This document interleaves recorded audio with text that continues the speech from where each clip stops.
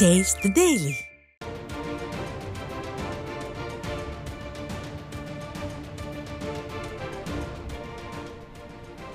அண்மை செய்தி. கிருஷ்ணகிரி மாவட்டம் ஊத்தங்கரை அடுத்த கஞ்சனூரில் தீபா என்பவரை கத்தியால் குத்தி படுகொலை செய்திருக்கின்றனர். அதன் விவரங்களை வழங்குவதற்காக நமது தலைமை செய்தியாளர் ஜெயக்குமார் இணைந்திருக்கிறார். அவரிடம் கேட்கலாம். ஜெயக்குமார், வணக்கம். விவரங்கள். வணக்கம் செய்து. கிருஷ்ணகிரி மாவட்டம் சாமல்பட்டி அருகே பெண் ஒருவரை கத்தியால் கொடூரமான முறையில் குத்தி கொலை செய்யப்பட்டிருக்கக்கூடிய சம்பவம் பெரும் பரபரப்பை ஏற்படுத்தி இருக்கிறது. கிருஷ்ணகிரி மாவட்டம் ஊத்தங்கரை அடுத்த கஞ்சனூரில் வசித்து வருபவர் தீபா. இவரது கணவர் இறந்த நிலையில் 2 குழந்தைகளோடு இவர் வசித்து வருவதாக கூறப்படுகிறது. குறிப்பாக தீபா தனியார் நிறுவனத்தில் வேலை பார்த்து வருவதாகவும் சொல்லப்படுகிறது. கிருஷ்ணகிரி மாவட்டம் ஊத்தங்கரை அடுத்த கஞ்சனூரை சேர்ந்த 32 வயது மதிக்கத்தக்கவர் தீபா கடந்த டிசம்பர் மாதம் 8ஆம் தேதி முதல் ஓலா என்கிற தனியார் நிறுவனத்தினுடைய அந்த உணவக பிரிவில் வேலை பார்த்து வருகிறார்.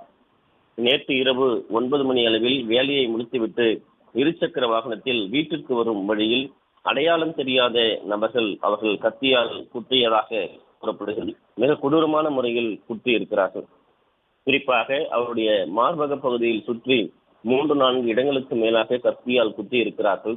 ரத்த வெள்ளத்தில் நிலைகுலைந்து கீழே விழுந்து கிடந்த தீபா வீட்டு அரசு மருத்துவமனைக்கு கொண்டு சென்ற போது அவர் இறந்து விட்டதாக மருத்துவர்கள் தெரிவித்திருக்கிறார்கள். அதாவது தீபாவுக்கும் அவரது கணவர் மாதேஷ் என்பவருக்கும் கருத்து வேறுபாடு காரணமாக கடந்த 5 ஆண்டுகளாக பிரிந்து வாழ்ந்து வந்திருக்கிறார். கணவர் மாதேஷ் 1 வருடங்களுக்கு முன்பாக உடல்நலக் குறைவு காரணமாக இறந்திருக்கிறார். தீபாவுக்கு கௌசித்திரன் 12 வயது, சிவானி 10 வயது 2 பிள்ளைகள் இருக்கிறார்கள். தீபா தனியார் நிறுவனத்தில் உணவக பிரிவில் வேலை பார்த்து வருகிறார். அவருடைய செல்போன் நம்பர் மூலமாக கௌதம் அதே போன்று மிதுன் என்ற நபருக்கு இவர்கள் போன் செய்திருப்பதாக தெரிய வந்திருக்கிறது. தீபா வீட்டிற்கு வருகிற போது தன்னை 2 பேர் பின்தொடர்ந்து வருவதாக தனது நண்பராக இருக்கக்கூடிய கௌதம் என்பவரிடம் தெரிவித்திருக்கிறார். அவர் நீங்கள் மெதுவாக செல்லுங்கள், நான் உடனே வருகிறேன் என்று தெரிவித்திருக்கிறார்.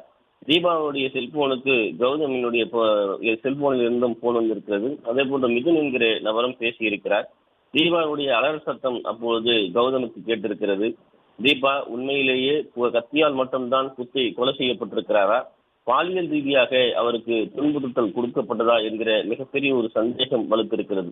ஏனென்றால் அவருடைய ஆடைகள் எல்லாம் கிழிக்கப்பட்டிருக்கிறது. அதாவது அவருடைய மார்பக பகுதி முழுவதுமாக கத்தியால் குத்தி கொடூரமான முறையில் கொலை செய்யப்பட்டிருக்கிறார். அந்த படுகாயங்களோடு ஓரமாக கிடந்தவரை மீட்டு மருத்துவமனைக்கு கொண்டு சென்றிருக்கிறார்கள். கொண்டு செல்கிற வழியிலேயே உயிரிழந்திருக்கிறார்கள். இதன் பிறகு தகவல் அறிந்த ஊத்தங்கரை காவல்துறையினர் உடலை கைப்பற்றி பிரேத பரிசோதனைக்காக அனுப்பி இது தொடர்பாக விசாரணை நடைபெற்று வருகிறது. தீபா பேசிய கௌதம் என்கிற அந்த நபர் அளித்த தகவலின் அடிப்படையில் தருமபுரி மாவட்டம் கம்பைநல்லூர் சமத்துவபுரத்தைச் சேர்ந்த மிதுன் என்கிற நபர் தான் இந்த கொலை சம்பவத்தில் ஈடுபட்டிருக்கலாம் என்கிற ஒரு சந்தேகம் வந்திருக்கிறது. ஏனென்றால் அவர்தான் அப்போது தீபாவை பின்தொடர்ந்து வந்ததாகவும் அவரோடு யார் யார் இருந்தார்கள், குறிப்பாக தீபாவிற்கு பாலியல் ரீதியான தொல்லைகள் கொடுக்கப்பட்டிருக்கலாம் என்கிற சந்தேகம் எழுந்திருக்கிறது.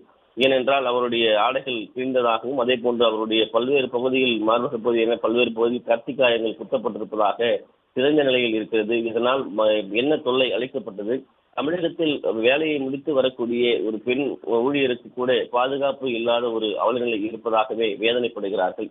தமிழகம் முழுவதுமாக பாலியல் வன்கொடுமை என்பது தலைவிரித்து ஆடிக்கொண்டிருக்கிறது. சென்னை அண்ணா பல்கலைக்கழகத்தில் மாணவி ஒருவருக்கு இழைக்கப்பட்ட அநீதிக்கு இன்னும் நீதி கிடைக்கவில்லை. தமிழகத்தினுடைய பல்வேறு பகுதிகளில் இதே நிலைதான் நீடித்துக் கொண்டிருக்கிறது. நேற்றைய தினம் 9ஆம் வகுப்பு படிக்கக்கூடிய 5ஆம் வகுப்பு படிக்கக்கூடிய 9 வயது சிறுமிக்கு வில்லிவாக்கத்திலே பாலியல் வன்கொடுமை 60 வயது காமுகன் செய்திருக்கிறார். நாள்தோறும் பாலியல் வன்கொடுமை என்பது அரங்கேறிக் கொண்டே இருக்கிறது. காவல்துறையினர் இரும்பு கரம் கொண்டு போன்ற குற்றவாளிகளுக்கு சட்ட ரீதியாக நடவடிக்கை செய்யும் இருக்கிறது. தீபா என்பவருக்கு இழைக்கப்பட்ட நீதி